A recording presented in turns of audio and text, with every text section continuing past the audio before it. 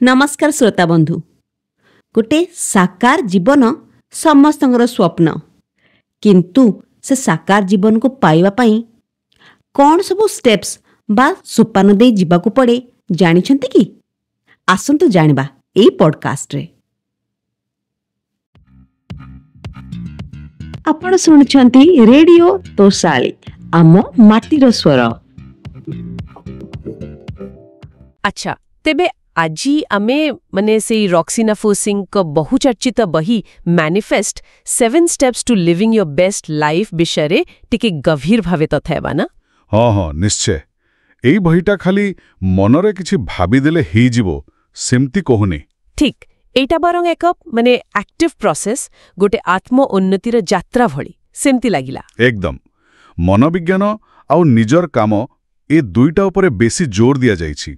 तेबे मूल कथा हैला सेई 7टा स्टेप्स ताकू बुझिबा। हाँ ताहले आसंतो आरंभ करिबा पछरे कोन अछि जानिबा। जमा एटा वास्तवरे गोटे कोन कहंती को क्रिएशन प्रोसेस माने आम भावना आम विश्वास आउ आम काम ई सब मिसिकी आम जीवनर वास्तवता को गढ़ंती किछि जादू नुहेटा। अच्छा तेबे प्रथम स्टेप हैला निज लक्ष्य विषय रे पूरा स्पष्ट हेबा be clear in your vision. हाँ खाली मु खुशी हेबा को चाहे बा मो पाखरे बहुत टंका थाउ एमती कहिले हबनी बोली से लिखिचंती ना बिल्कुल नुहे पूरा निर्दिष्ट हेबा को पड़िबो जेमति कि हाँ जेमति कि मु एई नुआ स्किलटा 6 मास भितरे शिखिबी आउ एई रोल पई प्रमोशन पाइबी एमती किछि। एग्जैक्टली आउ एथि पई से विजुअलाइजेशन कथा कहिचंती किमा गोटे विजन बोर्ड। हाँ विजन बोर्ड कथा भी अछि। एठी मजार कथा कोन जानिछंती एई जो स्पष्टता क्लैरिटी हाँ एटा खाली आम इच्छा बढ़ाइनी। अच्छा एटा हमर सबकॉन्शियस माइंड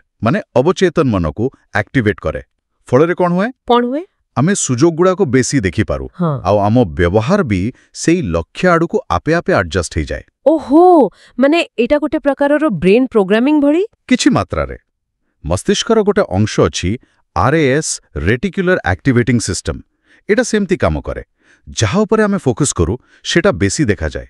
वाह ए तो बढ़िया कथा किंतु एहा परे जोटा आसुची सेटा बोधे सबुठु बड़ बाधा नहे कि द्वितीय स्टेप भय और संदेह दूर करिवा। हाँ रिमूव फियर एंड डाउट एटा सत्तरे बहुत बड़ चैलेंज। जदि आमे भितरे भितरे निजकु अयोग्य भाबुथिबा तेबे बाहरे सफलता केमती आसीबो बहिरे एमती किछि अछि।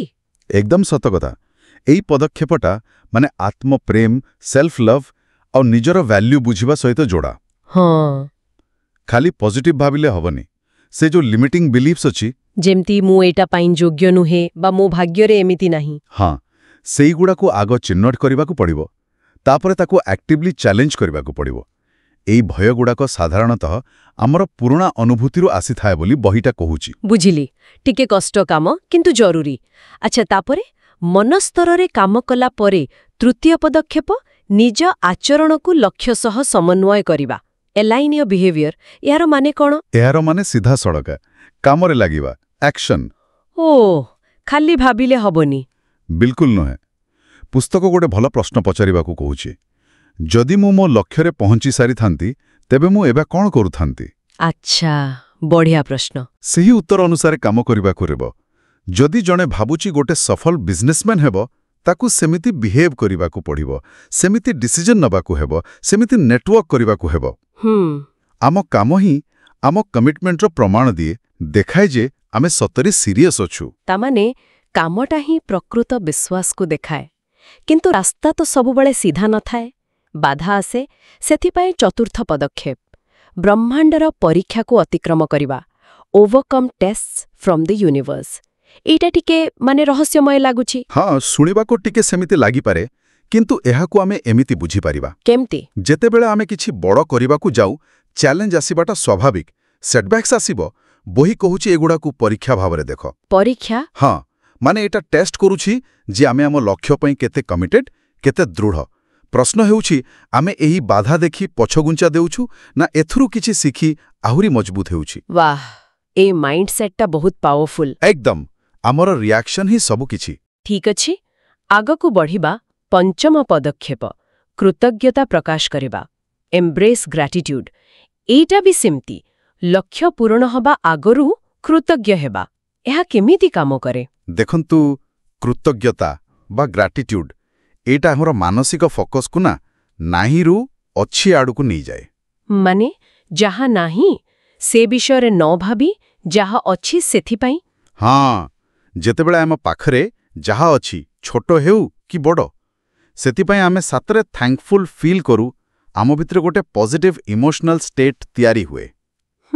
ପୁସ୍ତକ ମତରେ ଏହି ହାଇ ଭାଇବ୍ରେସନ୍ ବା ଉଚ୍ଚ ଭାବନା ଅଧିକ ଭଲ ଜିନିଷକୁ ଆଟ୍ରାକ୍ଟ କରେ। ଏହା ଏକ ପ୍ରକାର ଏନର୍ଜି ସିଫ୍ଟ। ଇଣ୍ଟରେଷ୍ଟିଂ। ଆଚ୍ଛା, ତାପରେ ଷଷ୍ଠ ପଦକ୍ଷେପ, ଏଇଟା ବୋଧେ ବହୁତ ଲୋକଙ୍କ ପାଇଁ କଷ୍ଟକର। ଈର୍ଷ୍ୟାକୁ ପ୍ରେରଣାରେ ବଦଳାଇବା, ଟର୍ନ ଏନ୍ଭି ଇଣ୍ଟୁ ଇନ୍ସପିରେସନ୍। ହଁ, ସହଜ ନୁହେଁ, କିନ୍ତୁ ବହୁତ ଗୁରୁତ୍ୱପୂର୍ଣ୍ଣ। ଅନ୍ୟର ସଫଳତା ଦେଖିଲେ ଟିକେ ଈର୍ଷ୍ୟା ଆସିଯିବା ସ୍ୱାଭାବିକ ନା? ସ୍ୱାଭାବିକ, କିନ୍ତୁ ତାକୁ ବଦଳାଇବା ଦରକାର। ଈର୍ଷ୍ୟା କାହିଁକି ଆସେ? ସାଧାରଣତଃ ସେଇ ଅଭାବ ମେଣ୍ଟାଲିଟିରୁ ଆସେ। ଅଭାବ ମେଣ୍ଟାଲିଟି ମାନେ ଯେମିତିକି ଦୁନିଆରେ ସଫଳତା ବା ସୁଯୋଗ ସୀମିତ, ଜଣେ ପାଇଗଲେ ମୋ ପାଇଁ କମିଗଲା, ଏମିତି ଭାବନା। ଓଃ, ବୁଝିଲି।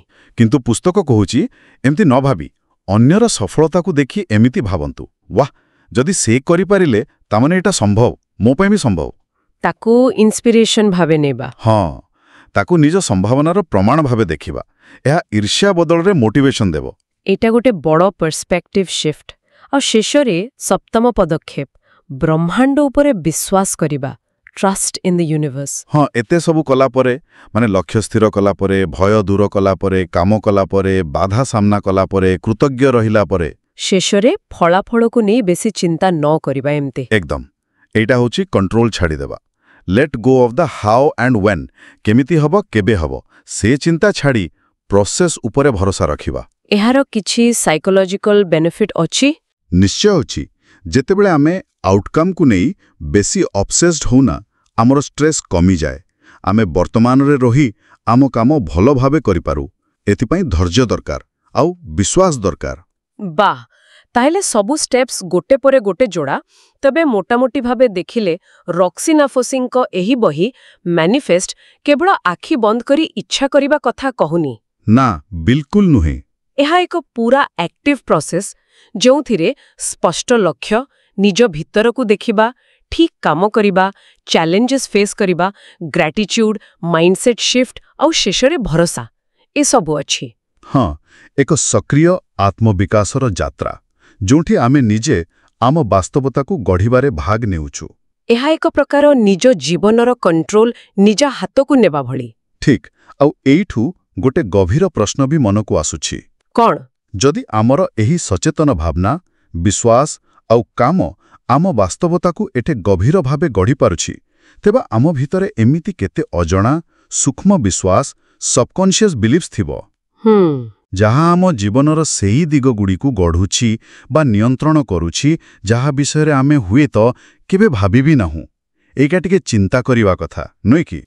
ତେବେ ଏହି ଏପିସୋଡରୁ ଆପଣ କ'ଣ ଶିଖିଲେ? ତଳେ କମେଣ୍ଟରେ ଲେଖି ଆମକୁ ଜଣାନ୍ତୁ।